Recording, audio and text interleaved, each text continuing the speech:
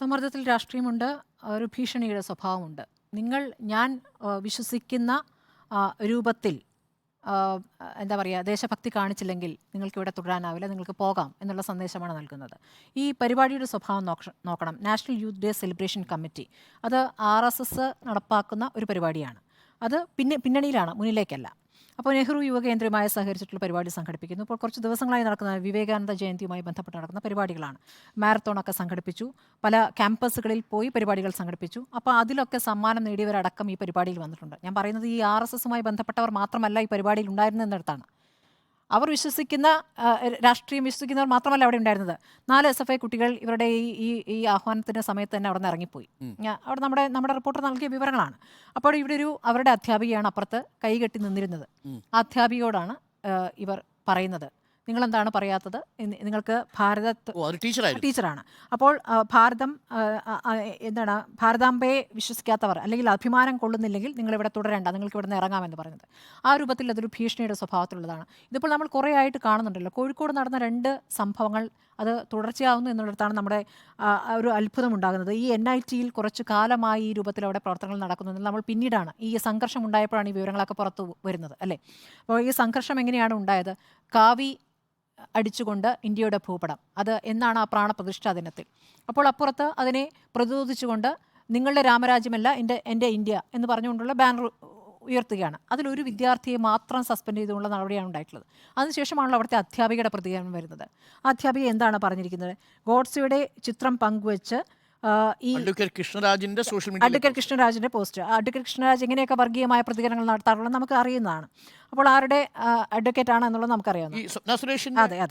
അപ്പോൾ സ്പർദ്ധ വളർത്തുന്ന കലാപത്തിന് ആഹ്വാനം ചെയ്യുന്ന ഒരു പോസ്റ്റ് ഇടുന്നു. അതിന് താഴെ ഈ പ്രൊഫസർ അതിന് ലൈക്ക് ചെയ്യുകയും അതിനെ അംഗീകരിച്ചുകൊണ്ടുള്ള പ്രതികരണം നടത്തുകയും ചെയ്തു. അതിനുശേഷം അവർക്ക് തെറ്റുപറ്റിയതാണോ എന്ന്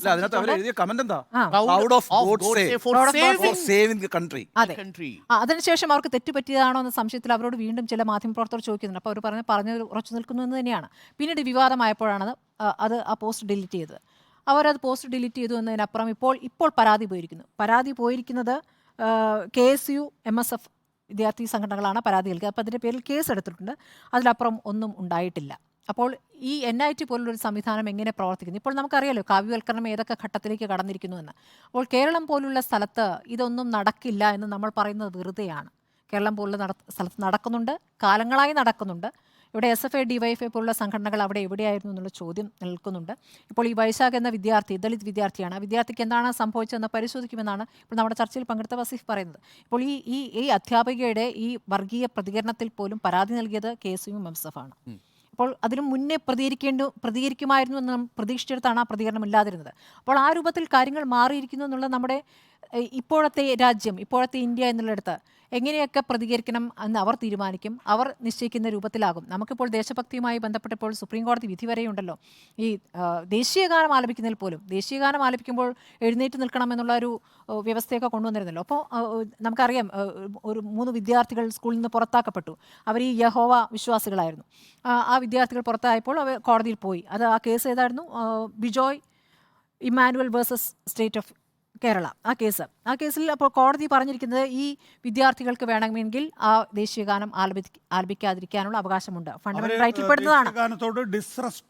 ആയിരുന്നില്ല, അവർ എഴുന്നേറ്റ് ഒന്നും പാടിയില്ല എന്ന് മാത്രം ഇല്ല. അത് മാത്രമല്ല, അതിൽ ഏറ്റവും പ്രധാനപ്പെട്ട ഒരു പരാമർശം കൂടി കോടതി നടത്തുന്നത് ഏറ്റവും ചെറിയ ന്യൂനപക്ഷത്തിന് പോലും അവരുടെ വിശ്വാസം അനുസരിച്ച് പ്രവർത്തിക്കാനാവുമ്പോഴാണ് ജനാധിപത്യം ഉണ്ടാവുക. അതാണ് കോടതി പറഞ്ഞത്. അപ്പോൾ അങ്ങനെ ദേശീയഗാനത്തിന്റെ കാര്യത്തിൽ പോലും അവിടെ നിൽക്കുന്നു.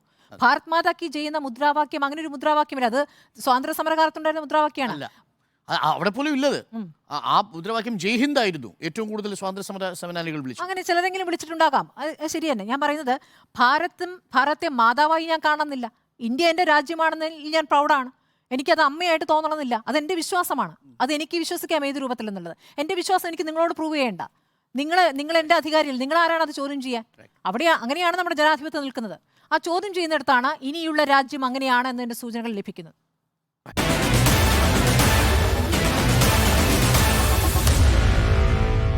Meet the editors.